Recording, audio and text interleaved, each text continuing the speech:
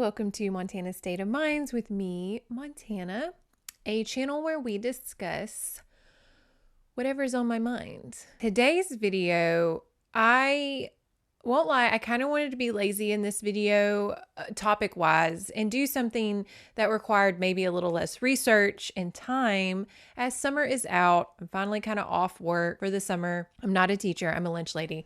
But anyways, I kind of want to be a little lazy, but as I do, I then proceeded to do an entire weekend, if not more, of research. Summer is upon us, of course. Yay. I love summer. June is my birthday month. I love the heat. Give it to me. It does make me nostalgic for those summers of childhood. And I was thinking of a lot of shows I would watch during the summer. And you see the TikToks, you see the other YouTube videos of like 10 shows you completely forgot about. And they're always shows that relatively everybody remembers, like Pepper Ann or Braceface, Roly Poly Oly. These are very popular shows that you may have not thought about in your daily life, but you didn't necessarily forget. But the videos that I am bringing you today, these are ones that even when they were airing and I was actively watching them, people didn't know what I was talking about.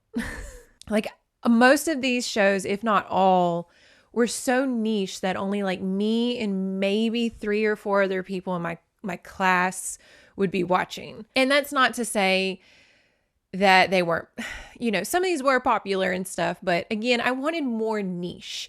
I wanted shows with only a season, if not less. Usually my formats of these videos is I will have chapters for you to follow. This one I didn't want to do chapters because I want each TV show I bring up to be kind of like a wave of surprise where you're just like, oh my God, I forgot all about that. So there will be probably no chapters. So just put this on while you're folding laundry or doing whatever you're doing as I bring you shows that not only did you probably forget, but you have not thought of, you forgot as soon as they turned off while they were actively on. And again, maybe it'll bring back some of that nostalgia that we had in the summer watching these obscure shows, because back in the day, we watched whatever was on. We did not have 100% like streaming. And with that, we were forced to watch collectively as a culture, as a generation, so many shows that we necessarily wouldn't pick out if left to our own devices, unlike the kids of today. I was exposed to shows that I'm grateful for that I necessarily wouldn't pick out, but then also some of these I rented from like a Hollywood Video or a Blockbuster that even then, even when we had choice, it still was like, well, you've got like these 3 shelves to pick from of VHS or DVD copies of whatever we deem is in the kids section. So again, let's go ahead and get started with this crazy nostalgic summer, as once again, I bring you information you did not know you needed. All right, so get your nasty ass kid cuisine. God knows those were awful.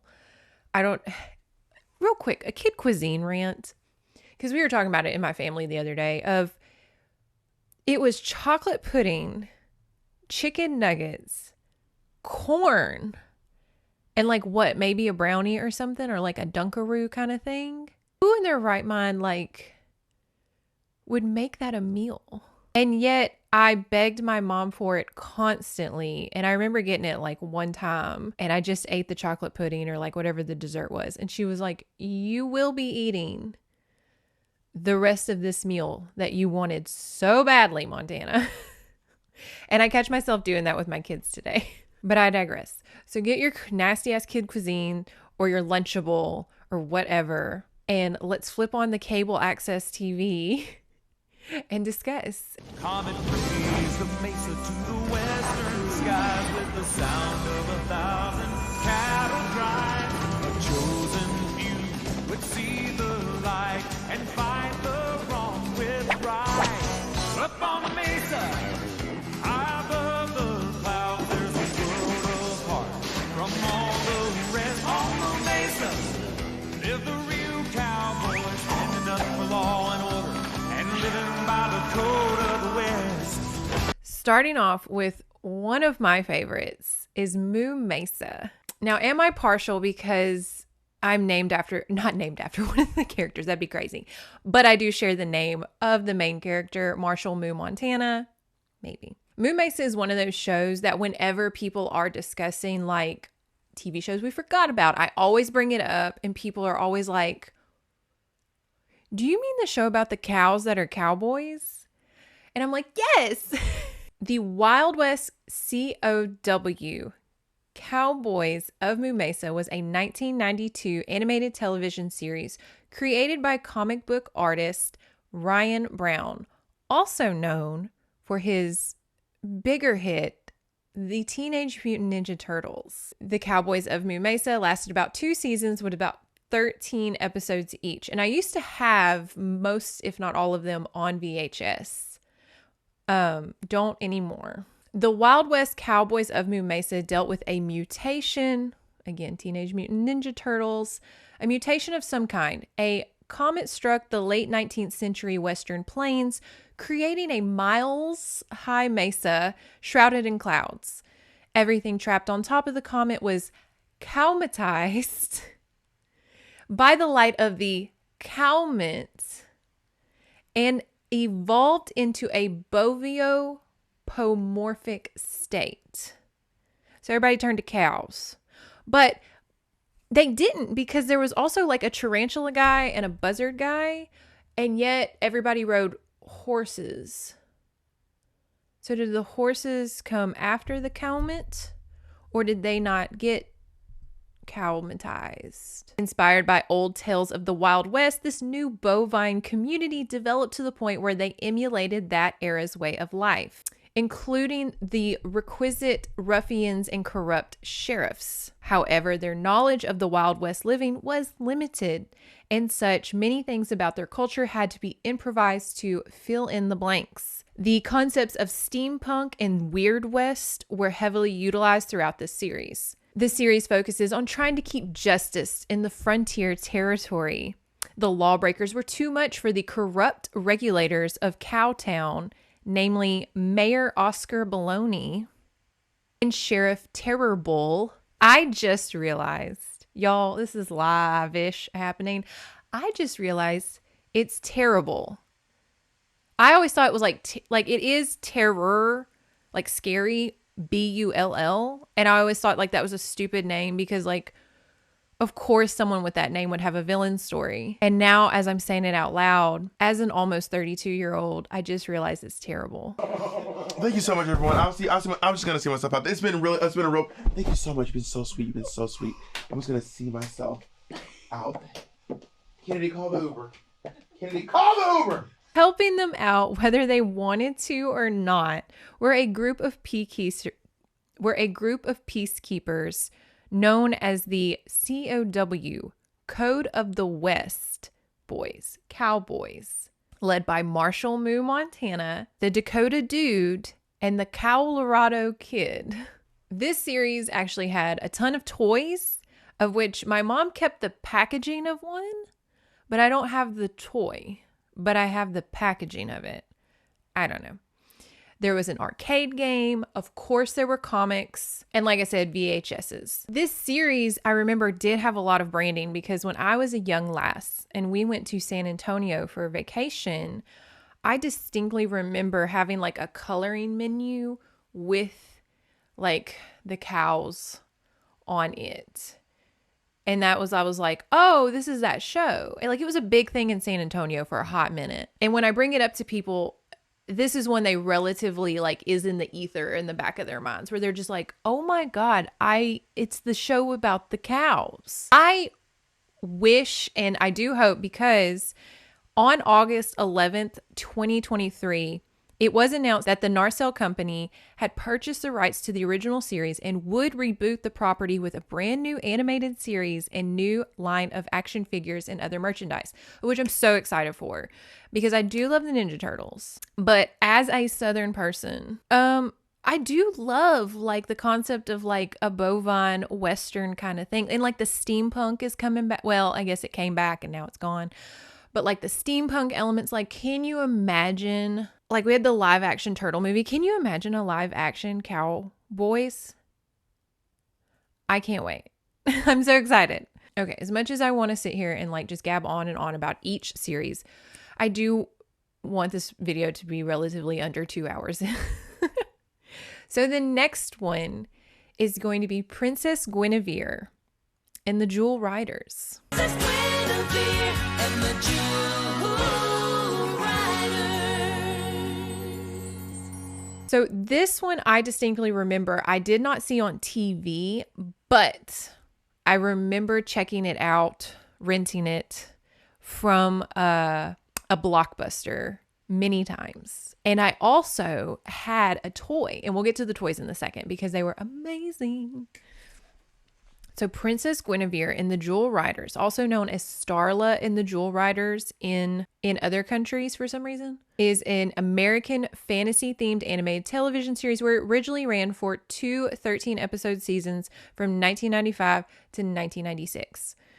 The show's plot follows Princess Guinevere of Avalon and her 2 fellow teenage jewel riders, Fallon and Tamara, to find the 7 lost enchanted jewels so they can stop an evil sorceress from taking over the kingdom. In the second season, the jewel riders receive more powers to compete against the returning evil sorceress and the mighty new enemy Morgana for more magical jewels in order to restore their banished mentor Merlin and restore harmony and magic. Now, obviously, if you are somewhat familiar or even just looking at it, you can tell it borrowed a lot from the magical girl anime concept, which was kind of popping off around the time with Sailor Moon. And although critics were divided on this show, it was a huge hit in France.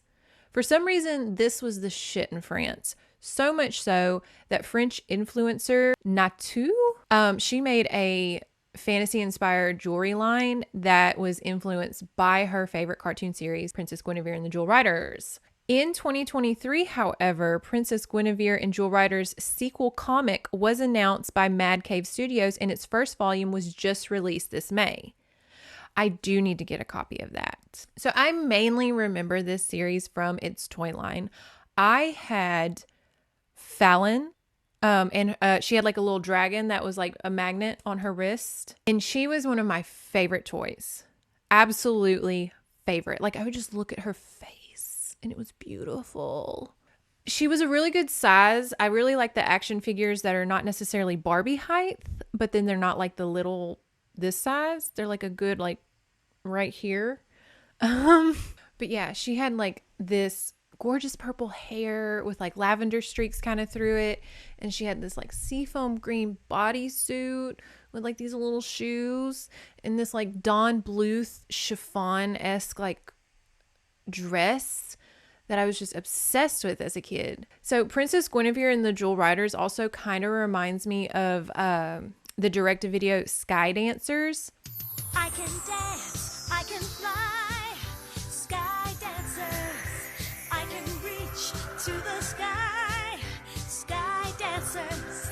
Now, I won't go into Sky Dancers as that was a more direct-to-video with a toy kind of thing, so not the widespread audience like these other shows. But let it be known that the native Sky Dancer, I think his name was Breeze, so hot I want to throw up. And I also thought Camille with her little blue streak and like the little stars, I thought she was the most beautiful animated woman that I had ever seen on TV. Okay. So enough of like the magical girls. The next one that we are going to talk about is, honestly, again, I'm kind of wanting to start off with more popular-ish ones, and then we're just going to get more and more specific. But anyways, the next one is Hamtaro. Hamtaro time. When we work together, it's much better. My best friend. We like sunflower seeds, crumb, crumb, crumb. Little Hamster's Big Adventures. So Hamtaro, also known in Japan as Trotting Hamtaro, is a Japanese manga and storybook series created and illustrated by Ritsuko Kawaii about a hamster. It began in a magazine in 1997, or obviously it became a manga and anime. The series focuses on a little hamster named Hamtaro, who has a variety of adventures with other hamsters known as ham-hams, or hamuchans in Japanese. So again, Hamtaro was very specific, like only a few people know what I'm talking about, but it was widespread because not only did it have a toy line in America or in the States or in North America, it also had a Burger King Halloween moment. Me wants your big kids meal. Not so fast, Harry. I'll get your double cheeseburger yet. Hamtaro is screaming into Burger King. Now in every big kid's meal, there's a Hamtaro toy. You can put on their mask and have a Halloween blast. There's 8 in all, only at Burger King. There were plenty of video games that a lot of people are very nostalgic about. One, I have Ham Hams United, and my husband found this in a secondhand media store back in Shreveport. And he called me and he was like, hey, they have a video game of that little hamster that you like so much. And I was like, well, don't bother coming home if you don't buy it now. Hamtaro is obviously still very popular in Japan and other countries, as it should be. It's the most adorable freaking show. I really want to buy the DVDs so that my kids can watch it, because like they're at that age, well, most of them, where Hamtaro is just right up their alley. A fun fact about Hamtaro is on July 26, 2020, a group of more than 2,000 protesters in Bangkok called the Free Youth Movement led a protest against the government of Thailand. It involved singing the theme song for Hamtaro with a modified lyric to say, quote, "The most delicious food is taxpayers' money.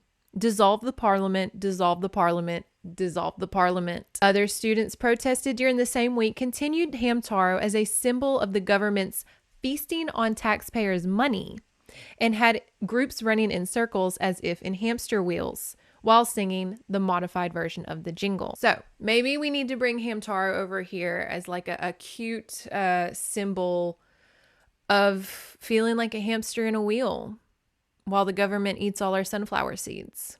Who knew Hamtaro would lead the revolution? All right, now we're going to get more specific. This one is very niche. Stay with me. The Mystic Knights of Tir Na Nog.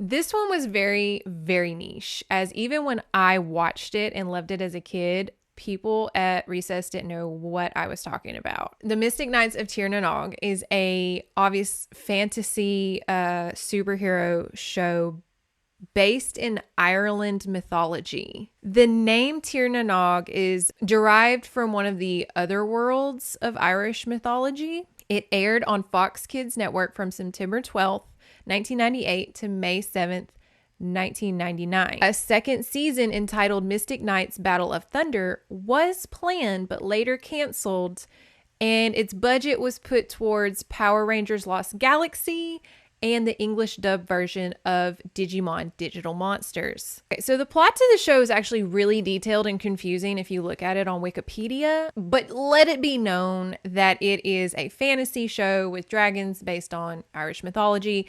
There are 4 Mystic Knights that each represent an element, and they fight evil in ye olde Ireland. So there was Rohan, who was the fire guy with the sword, Deirdre, who had the power of air with a crossbow, Ivar, who can use water and has a trident, and of course Angus with the power of earth and a mace. Let it be known, it is not lost upon me that they kind of gave Ivar, the token black guy, kind of like a Renaissance version of a do-rag. But the graphics could be of their time. The costumes were obviously made of rubber. Earth beneath me! Air above me!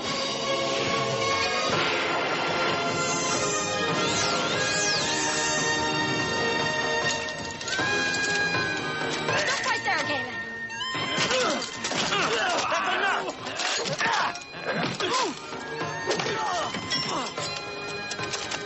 Come on, over here.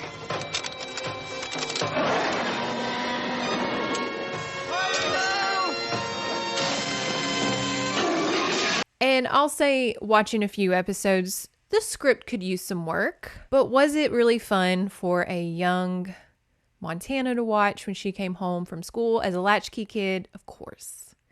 There were toys, and they're actually super rare. So if you have a Mystic Knight of Tir na Nog toy, well, I mean, it'll be worth hundreds of dollars, so not a lot, but enjoy that. Enjoy that moment of history that you own. We do need, though, more like mythology from other places, because we, like kind of like Princess Guinevere in the Jewel Riders is based on King Arthur. We don't see a lot of Irish mythology. So the Knights of Tir na Nog were kind of like ahead of their time. I don't recall any of the mythology though, so it didn't really stick. Okay, keeping on theme with Fox Kids Network, WB kind of style shows is gonna be Zoids. Ready. Prepare to mobilize Liger Jaeger!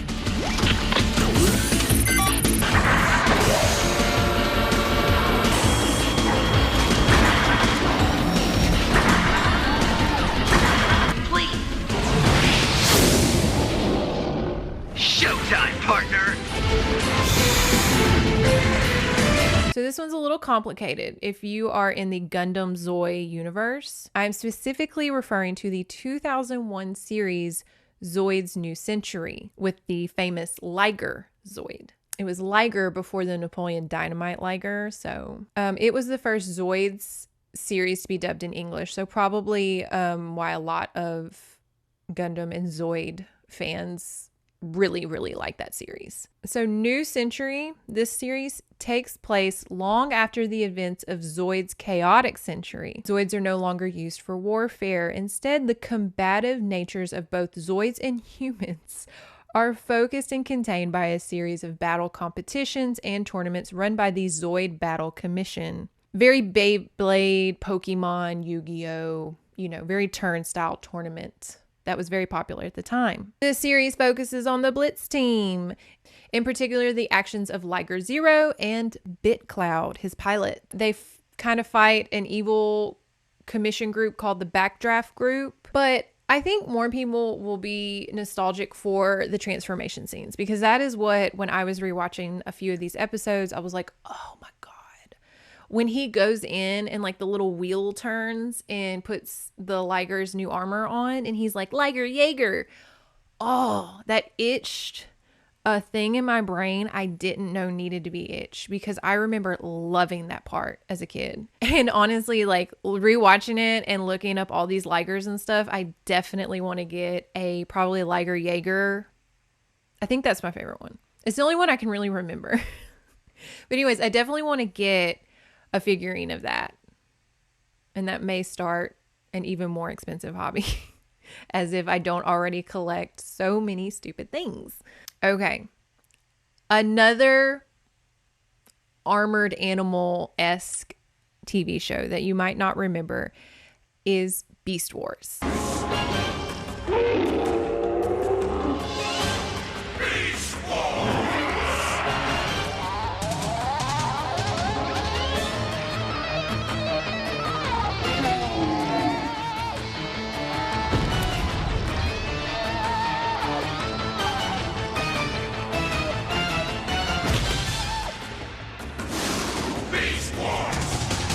Beast Wars Transformers, or Beastie Transformers in Canada, is an animated television series that debuted in 1996 and ended in 1999, serving as the flagship for Transformers Beast Wars franchise. It was one of the earliest fully CGI shows, which I think is obvious. This series is set in the future of the original Transformers, 300 years after the events of the Transformers and the Decepticons, and features Maximals and Predacons, descendants of the Autobots and whatever respectively. While engaged in battle, small teams from each faction crash land on a new planet and must find their way home while continuing the war. Priorities. The Beast Wars TV series was the first Transformer series to feature a computer animated character. The production designer for the show won a Daytime Emmy Award for outstanding individual achievement in animation for his work on Beast Wars. So I specifically remember the yellow spider girl. She was the only girl. And she was this yellow spider girl. I think she had like this little black bob. And come to find out, her name is Black Arachnia. I don't know if I love that name or I hate it. It's a very... She's going to need a nickname. Anyways, I distinctly remember her because she was a baddie. She was a baddie in this series. But then through the power of her horniness for the gorilla guy, Optimus Primal, I think, she turned good. And I distinctly remember her because in the second Beast Transformers franchise, there was a pink spider person who turns out is the same character. And that is going to be Beast Machines.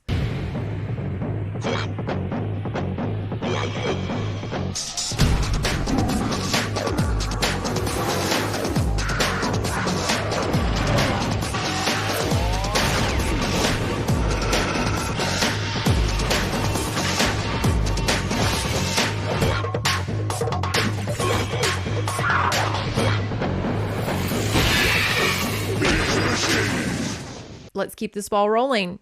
So following the Beast Wars, the surviving Maximals, Optimus Primal, Cheetor, Black Arachnia, and Rat Trap finally return to Cybertron only to discover that their people have vanished. And the world is now ruled by the mindless Vehicons. Vehicons? I don't remember. To make matters worse, the quartet are trapped in their beast forms without any upgrades they gained during the Beast Wars. And they are swiftly losing their memories of anything but each other. Forced to retreat deep underground, the Maximals discover the Oracle, a powerful supercomputer that reformats their bodies into new, even more powerful techno-organic forms. Shows back in the day were dramatic. I know there are newer shows that do deal with these things like Steven Universe and all that stuff, but this just seems like a lot. Like dealing with PTSD. These are all adult characters. There's no children. They're dealing with war, the loss of an entire culture via genocide on a planet. Like it's a lot. I was watching some of the episodes while researching this, and it was like really dark, dramatic stuff that I was just eating popcorn and so invested in. I feel like they were trying to take like the action from the old Transformer series, but make a dialogue so rich that was like soap opera-esque. I mean, it was really something. Now, I distinctly remember in this series, there was a bat guy, not Batman, a bat boy guy, and he had like this hair swoop. Come to find out, his name is Night Scream. And I always remember, even at a young age, he was kind of, you know? And I think I was onto something because in the Japanese version, he is given a very feminine voice. But his power is obviously like this big echo scream. I think it's a supersonic scream, which is such a twink power move, let's be honest. Don't be afraid to shout it. That's my purse! Try it again. That's my purse! I don't know you! Okay. Keeping up with horrible CGI Fox television shows is Donkey Kong Country.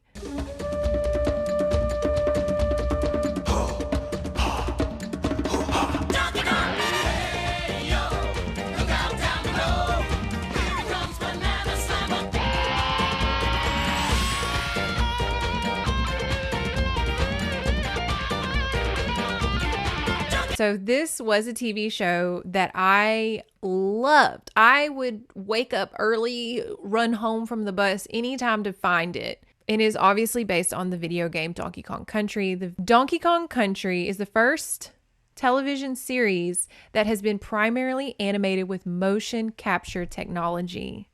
So we would not have Avatar without this show. I'm kidding. That's a bold claim, but like kind of true. And if you watch my virtual bands episode, you should. The K-pop band that is really popping off lately, Plave, they use motion capture suits.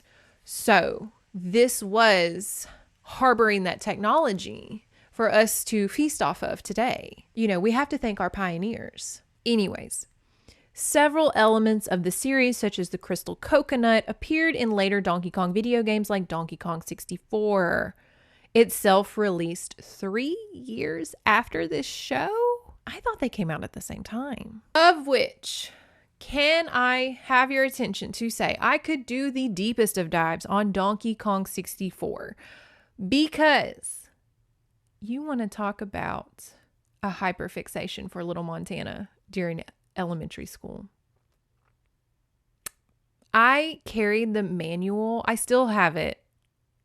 Let me go find it. Hold on.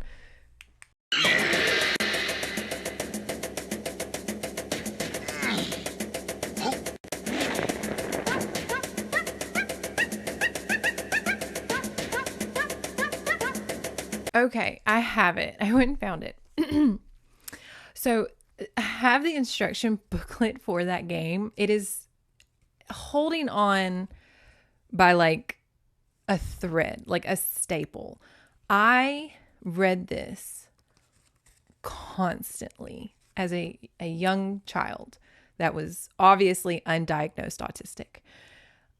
And I mean, I just poured over it constantly. Not only like did I play the game, I never finished it as a child because that game is fucking hard. So in college, I decided, we pulled out the old Nintendo 64. I still have mine with the original game. And me and my boyfriend at the time were like, we're going to do this 100%. We're going to get 100% on this game. It took 2 young adults we would take turns of one would play while the other was on the computer looking at the walkthrough and giving instructions as if we were in some 90s hacker game fighting, you know, online aliens.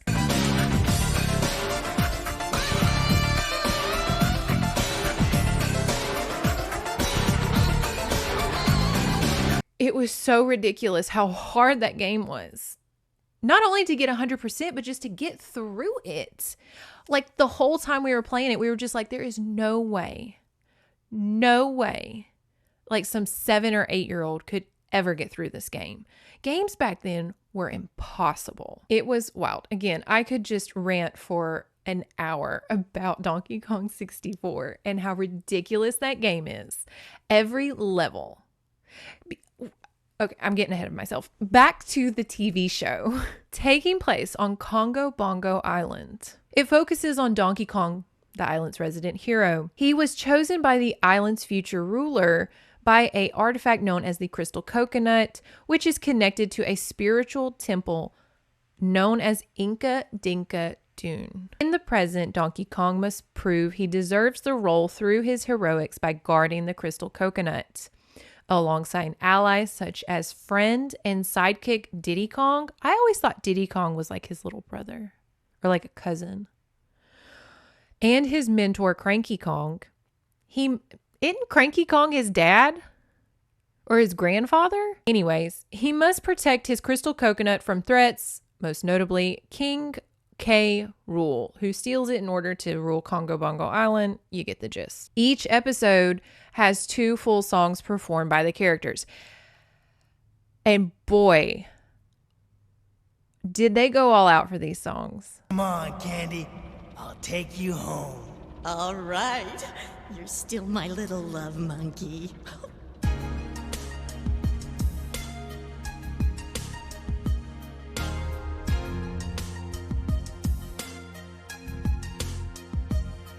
When I see a smile on your hairy face,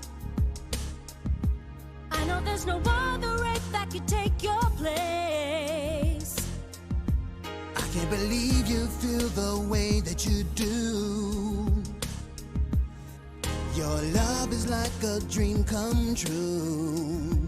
So over 70% of the character animation for this show was produced using performance capture, again, like Avatar. 2 performers were required for each character, one doing the body movements while the other person did the facial movements. The limitations of the technology, however, meant that the actions like picking up an object could not be produced with this method and had to be keyframed. This process allowed the character animation of one episode to be completed in 2 weeks as opposed to 6 to 8 weeks before this technology. And another rant. We just need to have a Donkey Kong video, because another rant is Candy Kong has gone through a lot of different looks. Whoops. And in Donkey Kong 64, let's be honest, she was looking hot. I'll say that. Like, I didn't know if I wanted to be her or be with her. Like, icon. But in this series, she is still very attractive. She's still a hottie in her little 90s white crop top with the belt and the denim shorts and the headband. Like, a look of the time. I really enjoyed it. But something about like the Christina Aguilera, Britney Spears look from the 64 game, just, But I wonder why they chose this character design for the series. Maybe because obviously this one or the ones prior were a little much for a television series, but it was the 90s. We had way raunchier stuff on TV. I don't know, but the girl has been through her eras. Okay, enough about Donkey Kong. Speaking of things Montana was attracted to when she was just a bubbling young youth, was young Hercules. Check out an average day in the life of a young legend. Nice catch. Young Hercules. I am hot to death. Keep up with the action as young Herc battles everything from mythological monsters to big hairy goons. Is this the punk? This is where the legend began. Watch Young Hercules. Definitely cool. Today on Fox Kids. Now, if you watch my Greek retellings video, I do mention that this was Ryan Gosling's not his most loved project he has worked on. But this show was the reason I loved a long-haired blonde with a tan for far too long. Literally, like, that was my type up until probably high school, if not college. Luckily, I have grown out of it. We have matured. Because we all know those long-haired blondes with a tan. Trouble. Anyways, Young Hercules is actually a prequel series to the Kevin Sorbo Legendary Journeys Hercules, which is weird because Ryan Gosling plays a villain in that series. So maybe it's kind of like a little wink, a little shout out. It premiered in 1998 and ran until 1999 with a total of 50 episodes over the course of one season. That's a lot for one season, though. It stars Ryan Gosling in the title role, who took over for Ian Bohen, who starred in the pilot movie in the first 4 episodes of Hercules: The Legendary Journey. So that actor played young Hercules in the Kevin Sorbo one and in the movie Young Hercules. But for the television series, they got Ryan Gosling, who played a villain in the Kevin Sorbo series. Okay. You can't even find like the theme song sequence on YouTube. You can find the theme song, but you can't find like the show. It is deeply dug down into the archives. I think Ryan Gosling manually took the film rolls and like shoved them under his bed so no one could find them. Which I don't know why, because he is so cute. He looks dirty, though, a lot of it. He looks very dirty. Like, you need to take a bath. I know they had baths back then, but I also love, it's like this aesthetic of Xena and again Kevin Sorbo's Hercules, and like this one where they did ancient Greek in like this pleather laces, leather studs kind of Mad Max look. It was definitely like 90s grunge Greek. And of course, having this like Ryan Gosling beach blonde tan boy to play a Greek superhero is always such a 90s choice. Okay, another one that you probably will remember with another very famous 90s star is the Jackie Chan Adventures.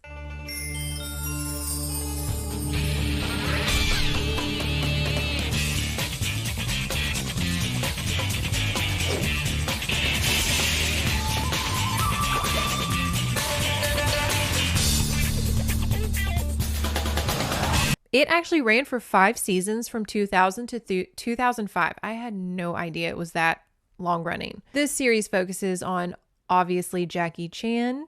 He operates life as an archaeologist and special agent, combating threats that are mainly magical and supernatural, based on real-life mythologies and supernatural stories across Asia, with the aid of his family and close friends. Many of the episodes created for the Jackie Chan Adventures featured references to Chan's actual works, with the actor making live-action appearances in the form of an interview situation, answering questions about his life and work. Hey Jackie, what inspired you to make this TV show? When I was young, I always liked cartoon. I really hope someday I want to be a cartoon character. Cartoon can do all kinds of things I cannot do in my real life. So although Jackie Chan was live action, like interviewed in the series, as like a lot of 90s shows did for some reason, he was voiced by the actor James Say. And you will know him as the voice of our beloved Cabbage Merchant from Avatar: The Last Airbender. What a career. Okay, so another series that kind of had live action real people in a cartoon will be Pro Stars.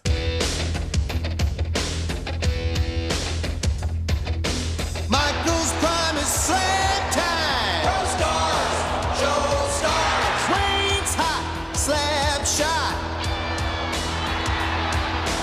Bo knows where to go. Pro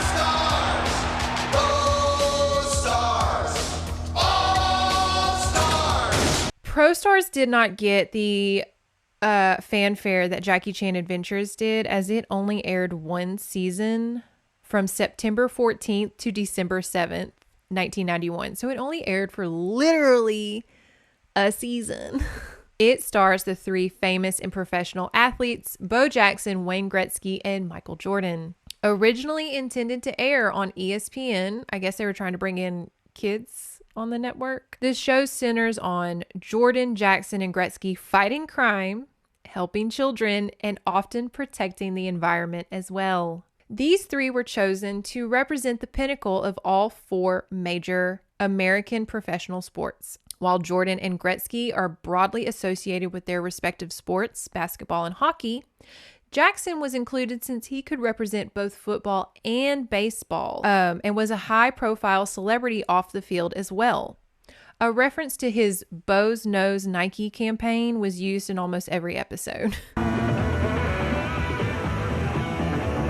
Bo knows basketball too. Bo knows tennis? Bo knows running.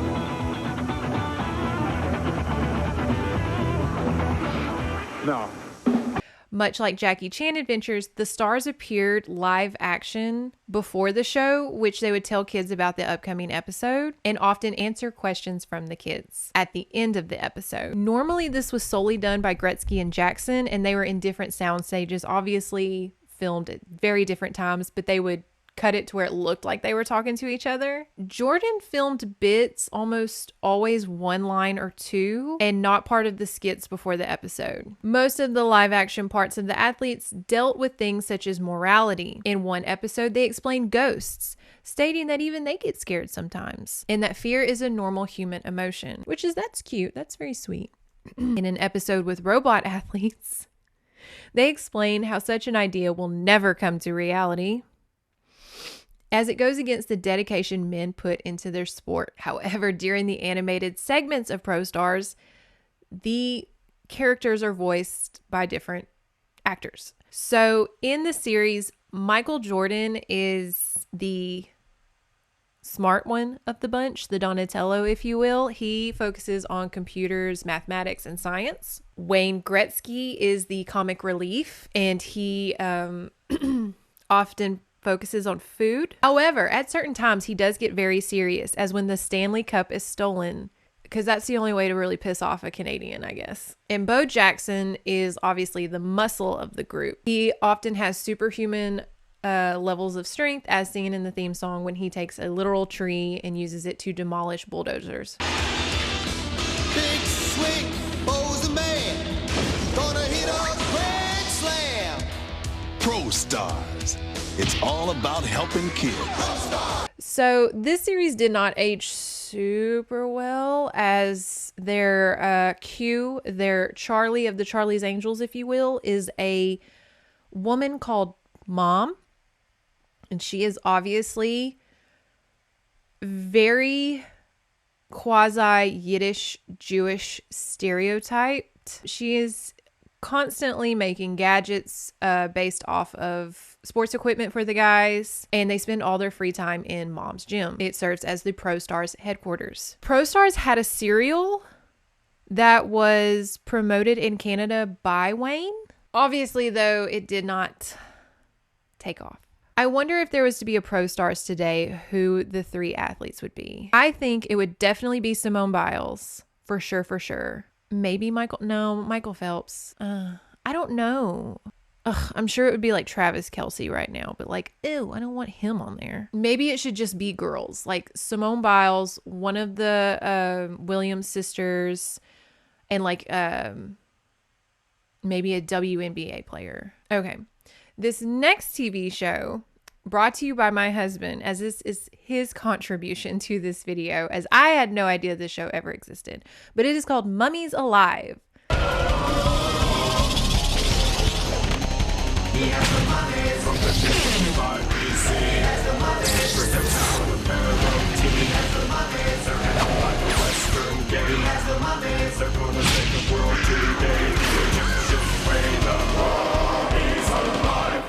Mummies Alive originally aired for one season in 1997. It was part of the general trend of mummy mania in the 90s, which apparently was a thing. Maybe I should do a topic on that. The 90s mummy craze. The plot line goes as such. In ancient Egypt, an evil sorcerer named Scarab, is that how you say that? Kills the pharaoh's son, Prince Rapses, to become immortal. Entombed alive for his crime, Scarab revives in the modern world and begins his search for Rapses' reincarnation, a San Francisco dwelling boy named Presley, and to retrieve the spirit of Rapses so he can become immortal. Rapses, quote, Presley's bodyguards, Jakal, Roth, Armin, and Nefertina, along with Rapses' cat, Kati, awake from the dead to protect him. They use the power of Ra to transform into guardians. Each of the mummies is aligned with a power from an Egyptian god. Jakal uses the spirit of the falcon. Roth uses the spirit of the snake. Armon uses the spirit of the ram. And Nefertina uses the spirit of the cat. The mummies are able to call upon magical armor and powers to fight superhuman evildoers by shouting, "With the strength of Ra!" Once their strength is exhausted, however, they must rest in their sarcophagi to regain their abilities. In addition to the evil sorcerer, the mummies often had to contend with gods and spirits from Egyptian myth, summoned into the modern world. Obviously, there were toys.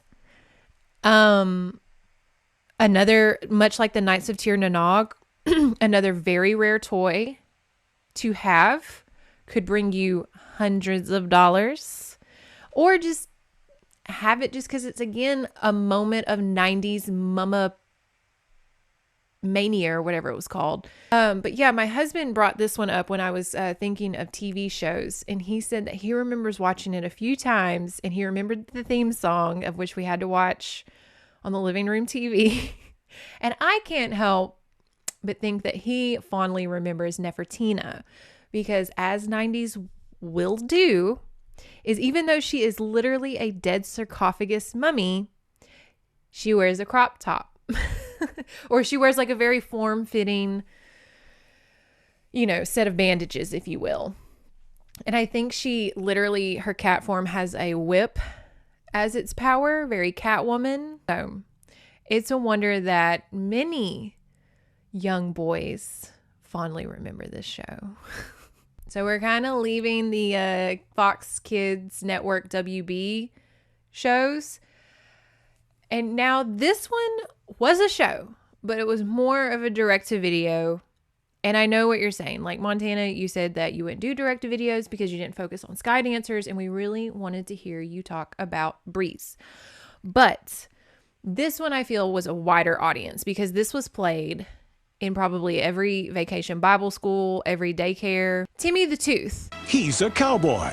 He's a sailor. He's an explorer. He's Timmy the Tooth, and he's coming with songs and stories that send kids' imaginations soaring. I love adventure. Nothing's better to me. Join Bubbles, Ms. Sweetie, the Cavity Goon, and Timmy's best friend Brush Brush for the adventures of Timmy the Tooth, where imagination is your passport to adventure. Collect them all. So I distinctly remember the commercial, honestly, more than the show, but I do remember at my daycare, they would play this on VHS as we were waiting for our parents. The show was about the adventures of a talking tooth named Timmy, who is actually really terrifying. That's a very scary puppet. They all kind of are.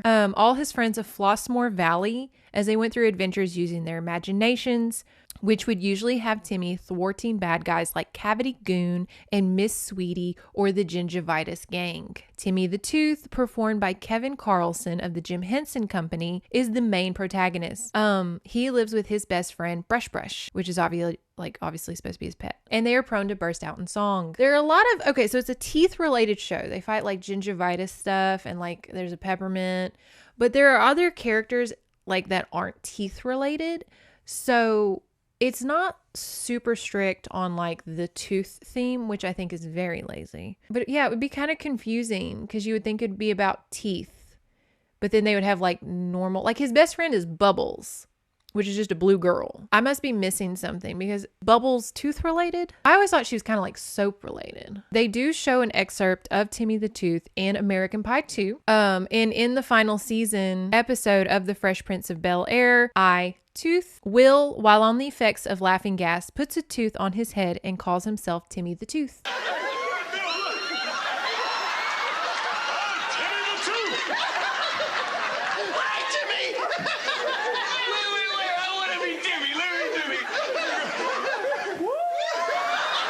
So Timmy actually appeared recently, guys. In 2020, during the pandemic, Kevin Carlson, the puppeteer and voice of Timmy, used the puppet on his YouTube channel as Timmy was doing a Zoom therapy meeting. Okay,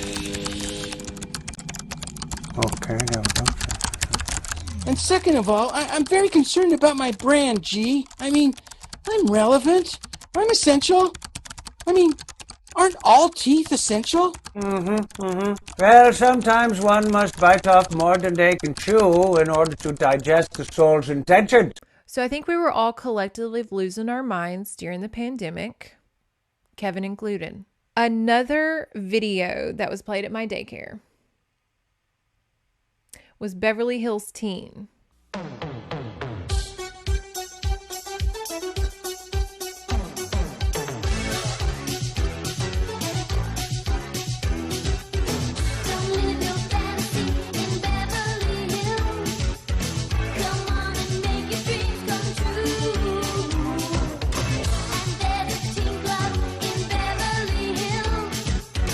So many things that we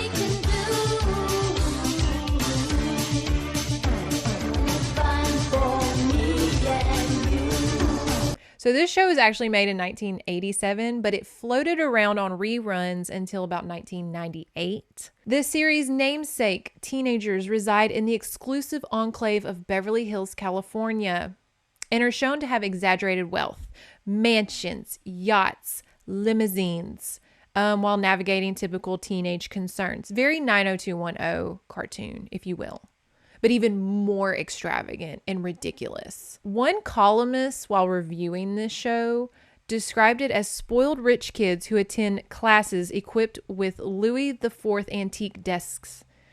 Beverly Hills teens were touted by producers as a response to the more violent series aimed at children at the time, maintaining that the new series would be less action-based and more character-driven and would provide wholesome role models for kids. President of Access Syndicate, Rich Colbert, laminated the state of children's entertainment at the time, stating, children's programming these days is dominated by neo-militaristic boy toy animation. Very Transformers, G.I. Joe, Heathcliff, which were popular animated series at the time. Colbert continued, where are the Tom and Jerry's? The Flintstones, the rich characters for children to nurture and develop and identify with. When questioned as to whether money-happy teens residing in Beverly Hills would be the best examples for children, Colbert countered, well, they may be rather more wealthy than most, but they are typical teenagers with typical teenage problems. And that's the important thing, is they are fully realized personalities. Which, I mean, he's not wrong. And I think that was kind of the allure with shows like Transformers Beast Wars, and why I liked it more than any other Transformers show as a young girl is because it was fully realized characters.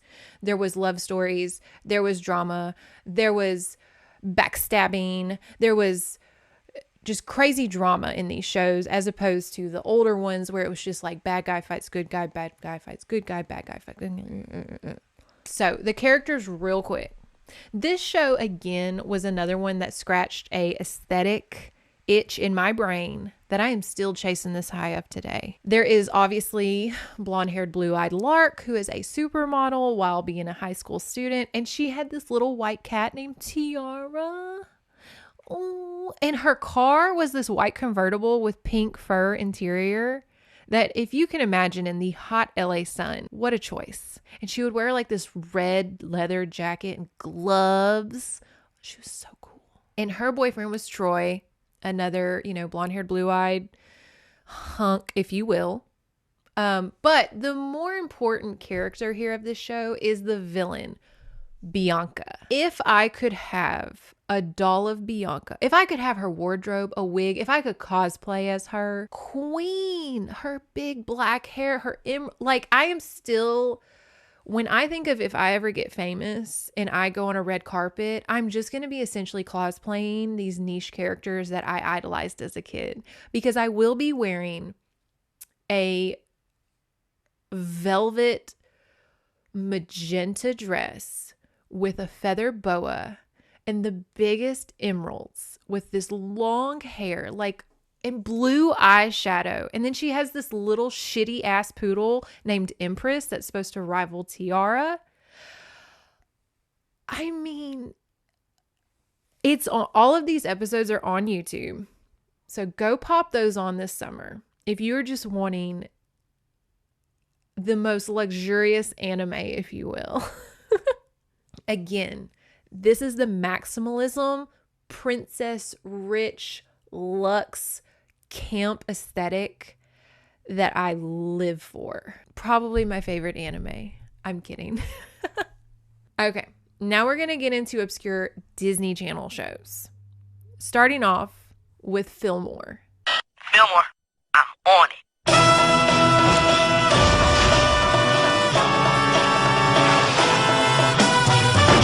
Now, I really enjoyed Fillmore. I actually started kind of rewatching the series when I was rewatching this because it really holds up. And the reason it holds up with older audiences is because it was meant to parody and gather the nuances of 70s crime shows, like Columbo and others. So it originally ran for 2 seasons from 2002 to 2004. A parody of popular police dramas in the 1970s, Fillmore is centered on a reformed juvenile delinquent Cornelius Fillmore and his new partner Ingrid III, members of the safety patrol at X Middle School. The series was aimed at children, but also attracted an older audience with its 70s references. 7th grader Cornelius Flower, voiced by Orlando Brown, if you know, you know, a juvenile delinquent with a record, was caught raiding the school's new chalk shipment. He was arrested and given a choice by the safety patrol officer who caught him. Either help him solve another case or spend the rest of his middle school in detention. Fillmore decided to help out, and he eventually decided to join up with the safety patrol. Very Ice-T in Lauder SVU. As a part of the safety patrol at X Middle School, Fillmore and Ingrid solve crimes and mysteries. The series usually present kid-friendly versions of common crimes such as stolen scooters, smuggling tartar sauce, holding illegal frog races, and counterfeiting collector cards. Now, that one is actually a real thing because my son, as they do, took his Pokemon cards to school. My middle one took his Pokemon cards to school, his binder, to trade with his friends, of which that's the whole point of it. And so I gladly was like, of course, go make those memories. And he traded and he got counterfeit Pokemon cards that he was very excited about. But then I had to teach him how to spot counterfeit cards.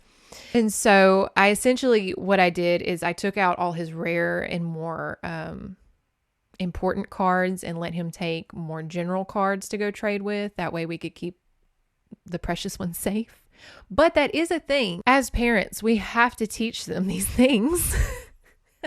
It was quite a moment of like sitting at the kitchen table and being like, okay, you see the backing here? The Pokeball is backwards. You want it to be frontwards. It's the little details, okay? These are the life lessons that I teach my children. Every character in the show, however, such as Cornelius Fillmore and Ingrid III, are streets in San Francisco, California, which is weird because the series takes place in Minnesota.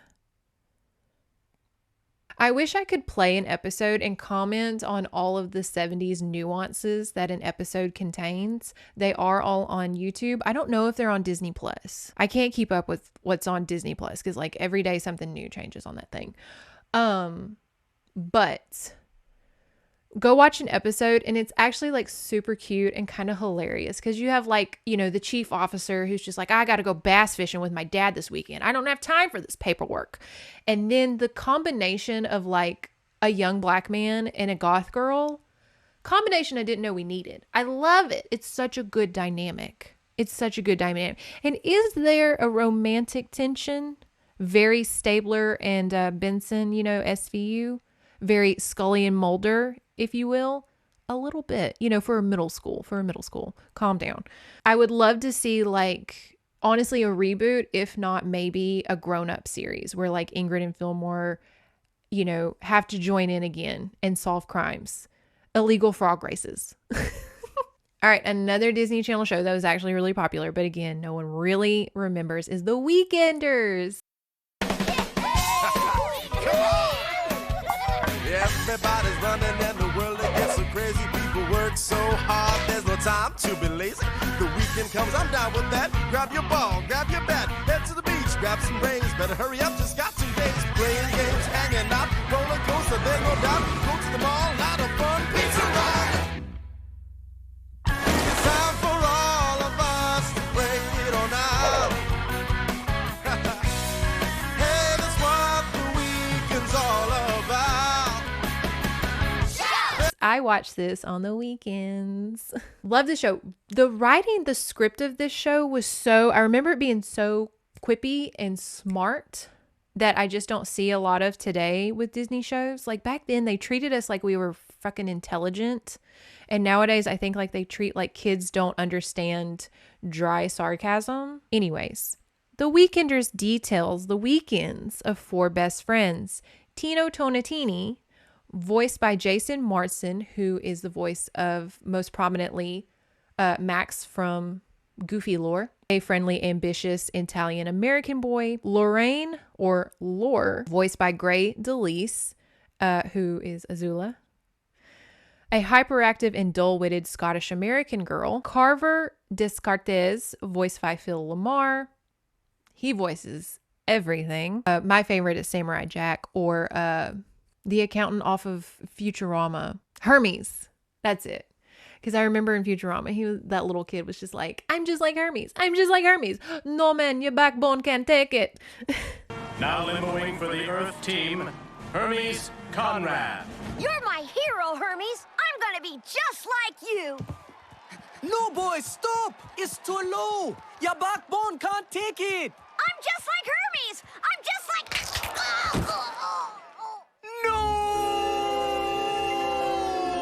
Carver is a materialistic African-American boy who is of Haitian descent.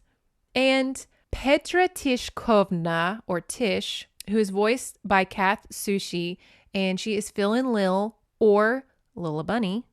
Talk about range. A highly intelligent Jewish-American girl of Eastern European descent. The fictional country where she is born is only referred to as the Old Country. So every episode is set over the course of a weekend. Friday, Saturday, Sunday. The implied ticking clock is to signify the characters running out of time, and the problem must be solved before going back to school on Monday. The show's theme song, Living for the Weekend, is produced and made by American sweetheart Wayne Brady.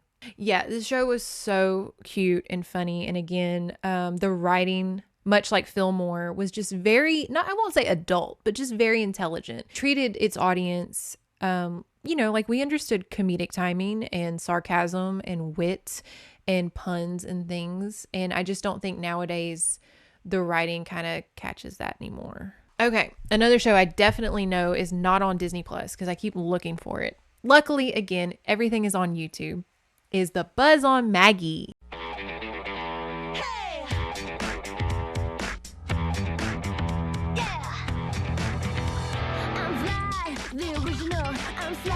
Unpredictable, I'm nearly irresistible, and I don't even try. I'm easily excitable, completely undeniable, and sometimes unreliable.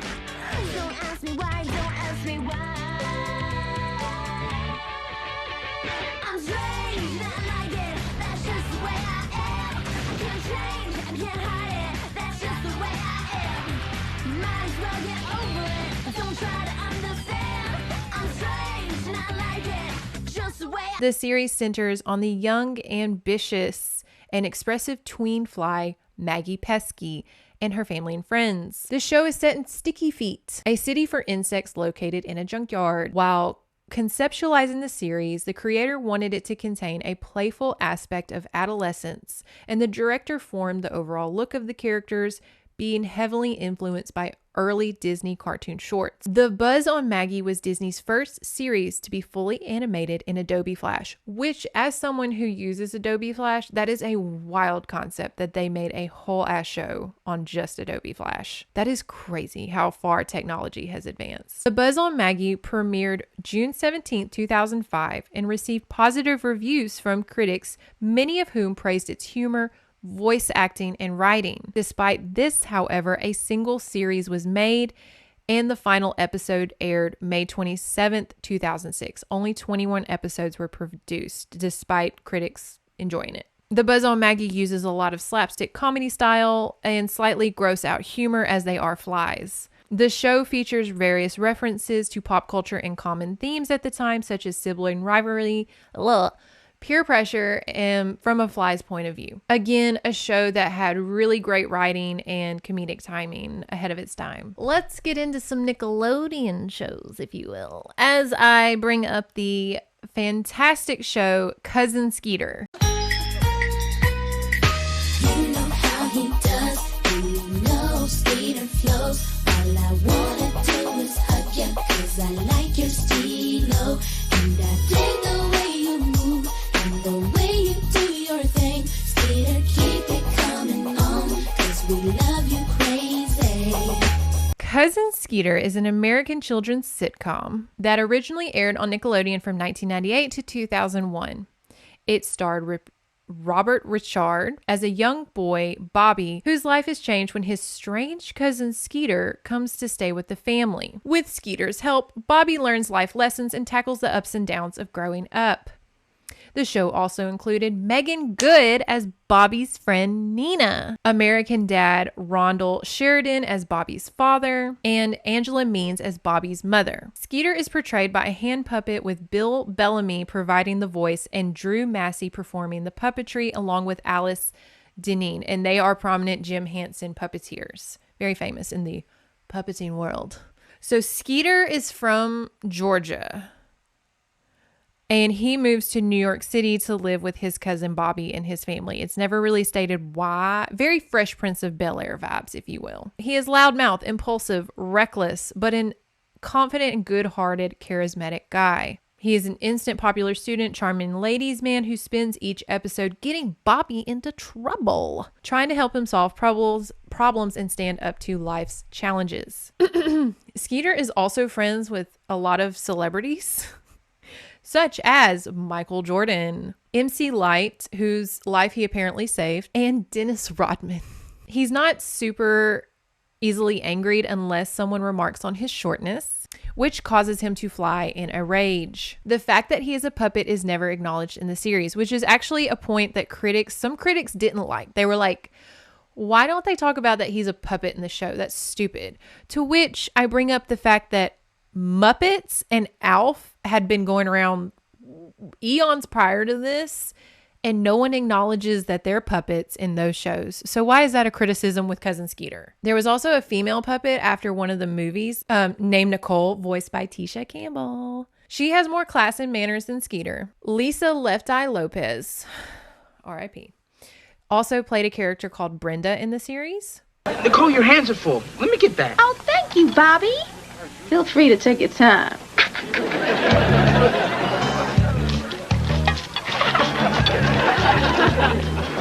Here you go, Nicole. Appreciate it. Enjoy your meal. I was. Something wrong. So I think Cousin Skeeter was a prominent show along like Kenan and Kel and all that, Brothers Garcia, and a few other shows that we're going to talk about. Of Nickelodeon really had a lot of important stories. I don't know why I'm tiptoeing over this. I'm just trying to be correct as possible, but I'll just go ahead and say it.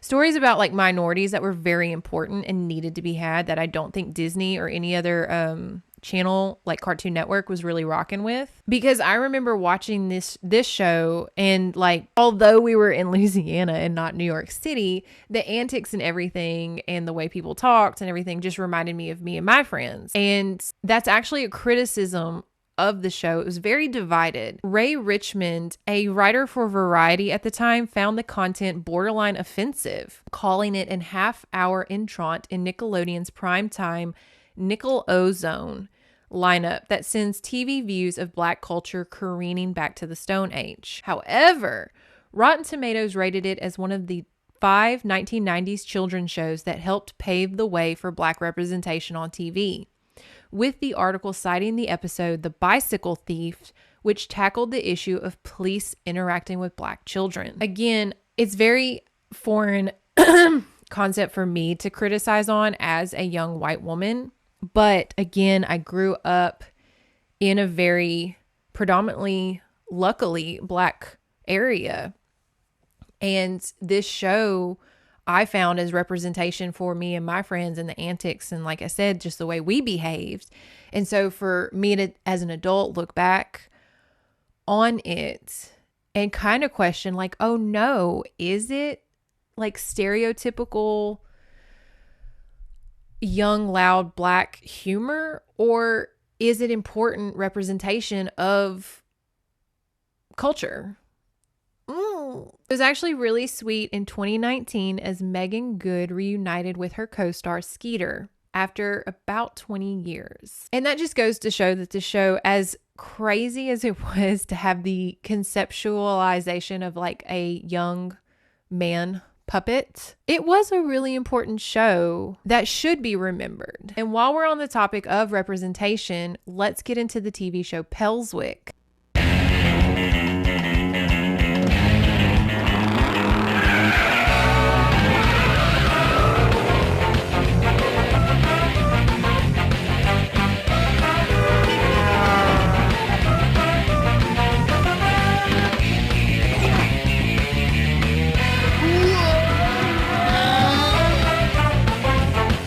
Again, loved this show as a child. Never forgot it, honestly, because I remember even as a kid being like, oh, wow, he's in a wheelchair.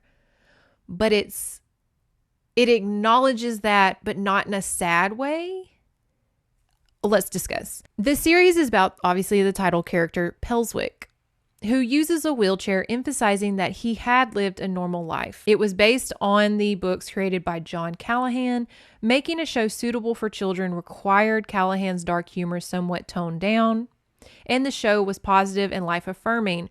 For this, the show was very groundbreaking at the time. Had there been a wheelchair-centered main character prior to this? I'm sure there had been. It's never truly stated as how Pelswick ended up needing a wheelchair, although it is heavily implied it may have been due to a car accident. His parents, his mother is not around, but he is being raised by his father, who is also raising his little sister and baby brother along with his grandma. And then he also has this guardian angel type figure named Mr. Jimmy, who is voiced by David Arquette. And he serves as kind of the comic relief of the show. So the cartoonist behind Pelswick is a paraplegic himself, or was. I think he's passed away since. He got into a car accident, and in order to not become a raging alcoholic due to the circumstances, he decided to cartoon. He started cartooning to keep himself busy, and he took up drawing even though he had to hold a pencil with both hands, which I think adds to the charm and uniqueness of the Pelswick kind of design. So again, Pelswick not only showed a main character that was handicapped living a normal life, but handling like normal kid things. Like he has a love interest, which I know at the time, a lot of people kind of treated handicapped people as asexual for some reason, which luckily we now know is crazy. Of which, real quick, Montana's Book Corner. The House of Root and Ruin is one of my favorite books of last year, and I've yet to beat it in terms of one of my favorite romantic stories. But the main character is like this girl, and the guy that she is supposedly supposed to marry and fall in love with is in a wheelchair. However, it handles it so romantically, if not very sexy, very sexy. But I love that story. It's kind of horror. It's a horror. It's a love story. It's fantasy. Such a good book. Highly recommend. But yes, again, we are seeing a lot of handicapped individuals. I hate to say this, but treated as normal human beings.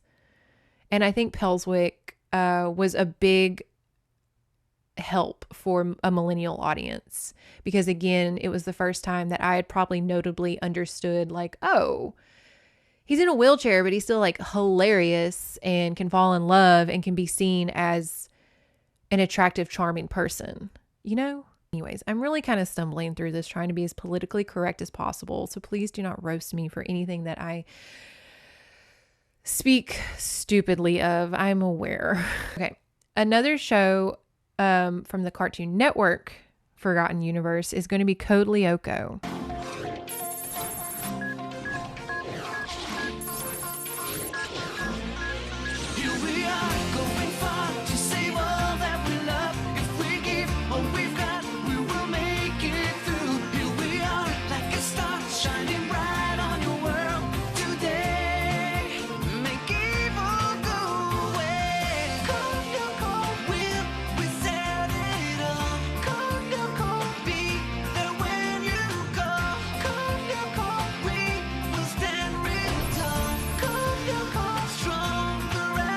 Now, Code Lyoko, I do reference in my, again, fictional bands. But Code Lyoko, I remember watching it at my grandma's house and just being like, ugh, it's the only thing that's on. Boo. But I actually really enjoyed it. It is a very good series. If not drawn kind of weird. They all have really big heads. Anyways, the series centers on a group of teenagers who travel to the virtual world of Lyoko to battle against a artificial intelligence known as Xana. who threatens Earth with powers to access the real world and cause trouble. Very AI, scary Matrix inspired, if you will. The scenes in the real world employ a traditional 2D animation with hand-painted backgrounds, while the scenes in Lyoko use 3D graphics. So Code Lyoko originated from a short film called Les Enfants font leur cinéma, which translates to The Children Make Their Movies, directed by Thomas Romain and produced by a group of students from a Parisian visual art school. This led to the development of the pilot called Garage Kids. Garage Kid was originally envisioned to be a 26-episode miniseries detailing the lives of 4 French boarding school students who discovered the secret virtual world of Xanadu.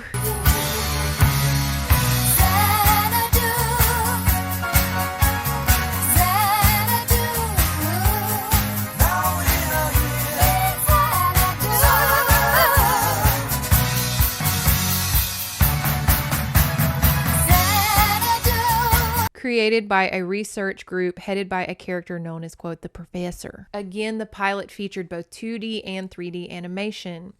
The Matrix was an enormous influence on the pilot, according to the creator, citing the concept of a machine allowing the characters to dive in a virtual world. Anime also was a huge inspiration to this show, while similarities to Tron have been noted. The creator admitted to not having seen the film yet while the series was being developed.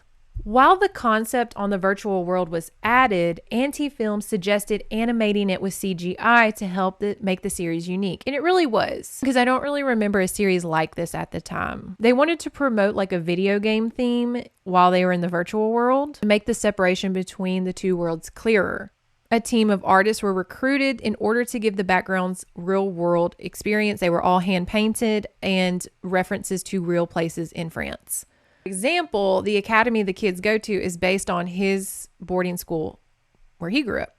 The team was adamant for keeping the locales based on the France that we know, quote, as they wanted to avoid a fantastical or Americanized location. So this show, I remember like having to watch it just because it was the only thing that was on, which could be said for a lot of my favorite TV shows and movies. Was I just stumbled upon them flipping through channels as a youth does in the 2000s, if not 90s or before. But the kids would like deal with stuff in the real world with like their families and trying to maintain being a student as well as saving the world. And then they would have to go to like this facility and turn into what essentially was like video game characters and fight these viruses. Again, very Matrix. And then the whole time they're trying to bring like the pink-haired girl who like just lives in the 3D world. They're trying to bring her to the real world, which I think they do in the movie. I don't know. A show that had action, romance, drama, not treating children like they can't handle these themes. They can. I did. All right. Another one that I posted on TikTok, and it was met with like, you might be the only person that remembers that show, is Sheep in the Big City.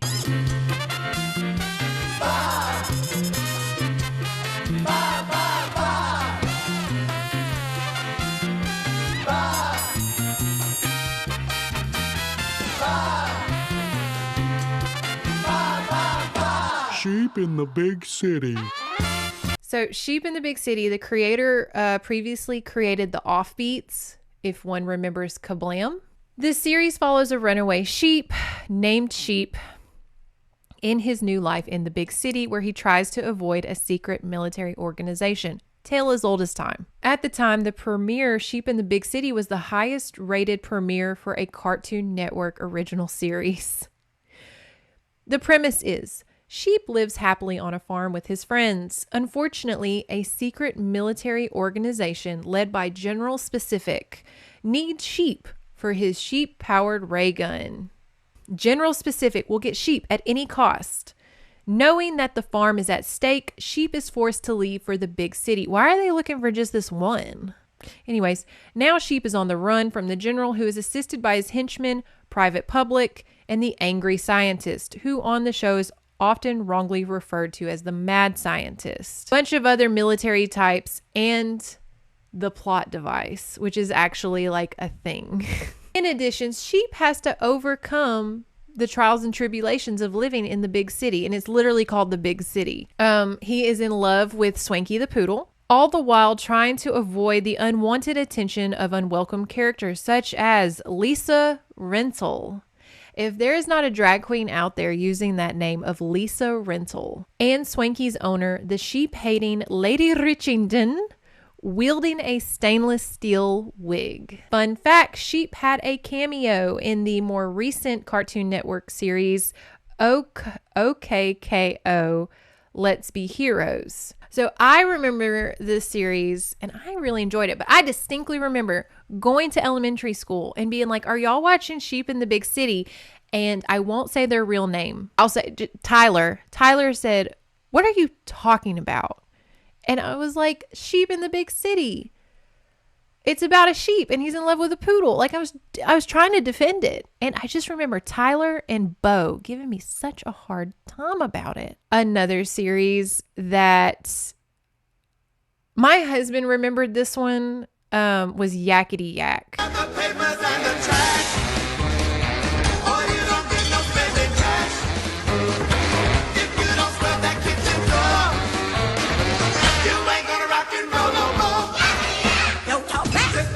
So Yakety Yak aired in Cartoon Network in some countries, and then Nickelodeon in others. In the States, it was on Nickelodeon. It only had 26 episodes. The story focuses on the anthropomorphic yak named Yakety, who aspires to be the best known comedian, and his friends Keo, an anthropomorphic pineapple, and Lemony, a human girl. Why did Lemony get the citrus name, but then the fruit guy didn't? And then the pineapple kid has a crush on the human girl, of which I can only in my adult mind how that would work out. They all live in the fictitious Australian town Onion Falls, which is based on Lithgow, New South Wales. Again, kind of like Fillmore, like what? But anyways, this is obviously a play on the popular old-timey Yakety Yak song from like what, the 50s or something, and they decided to make a whole TV show about it. But yeah, the pineapple kid, like the anthropomorphic yak was one thing. I can get on that because it's Yakety Yak, don't come back or don't talk back or whatever it is. Why the pineapple kid? It just seems like an unnecessary character design. And finally, the last show that I will bring up is Mike, Lou, and Og.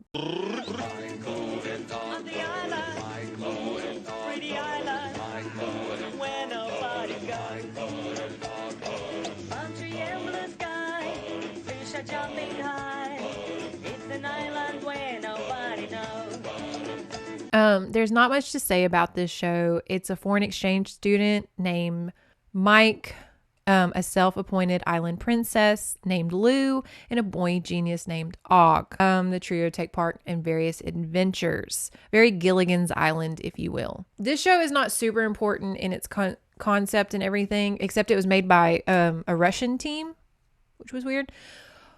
But this show is really paramount in my childhood, and this is kind of my closing statements with this that I hope you will stick with. As it brings back a lot of warm childhood memories. Picture it, if you will. Blanchard, 2001-ish. My older sister is babysitting some friends of mine that I go to school with. And so while she's babysitting them, I get to come over and hang out with them all summer. We spend our days trading Pokemon cards, swimming in their above ground pool, playing sharks and minnows, coming inside to play flash games on their home computer, which was usually in the laundry room. And we would sit on like the swivel chair that was probably chewed up by a cat and like get like a kitchen stool and bring that in, and we'll sit there with like our little beach towels, probably eating like a popsicle or like a Go-Gurt or something like real chemically with a lot of red dye number 4. Like I can smell like the room, like just that vibe. And we're playing like the Cartoon Network flash games. My favorite was the one where you had to like talk to the characters and get items. Like you go to Courage the Cowardly Dog and he'd be like, I need a guitar. And then you would talk to Bubbles, and Bubbles would be like, I have a guitar, but I'll only give it to you if you go get me a button. And then you would go talk to whoever. That game. I loved that game. Anyways, say we're done swimming, we're done playing flash games. We decide to go sit in the living room on a probably Southwestern inspired couch while my sister's probably talking in the driveway to some beau. We watch maybe Mike, Lou, and Og, along with many of these other obscure shows that we had to choose from, that maybe we wouldn't have chosen if they were streaming. The sun fever is warm on my cheeks, and we all drift into a little summer nap on the couch under our beach towels. My sister then decides to take me home for the evening, and hopefully she will stop by Dairy Queen maybe. And with that, I hope you also have a few of those days this summer and maybe dig up some of these obscure shows to bring that nostalgia back. I know a lot of us are working, but that doesn't mean you can't reserve your evenings or your weekends for a little nostalgia. It truly warms the heart. The good old days are not gone, y'all. We only see them as the good old days because we were young and we didn't have bills. But they're not gone. They're just different. You have to be active in your own happiness in your life. It's not just going to come to you without you actively pursuing and making it happen. You have to create those environments that stimulate those feelings for yourself and those around you. So this summer, go get yourself a snow cone. My favorite flavor is Tiger's Blood. Search for these shows on YouTube. Like I said, they're all readily available except Young Hercules.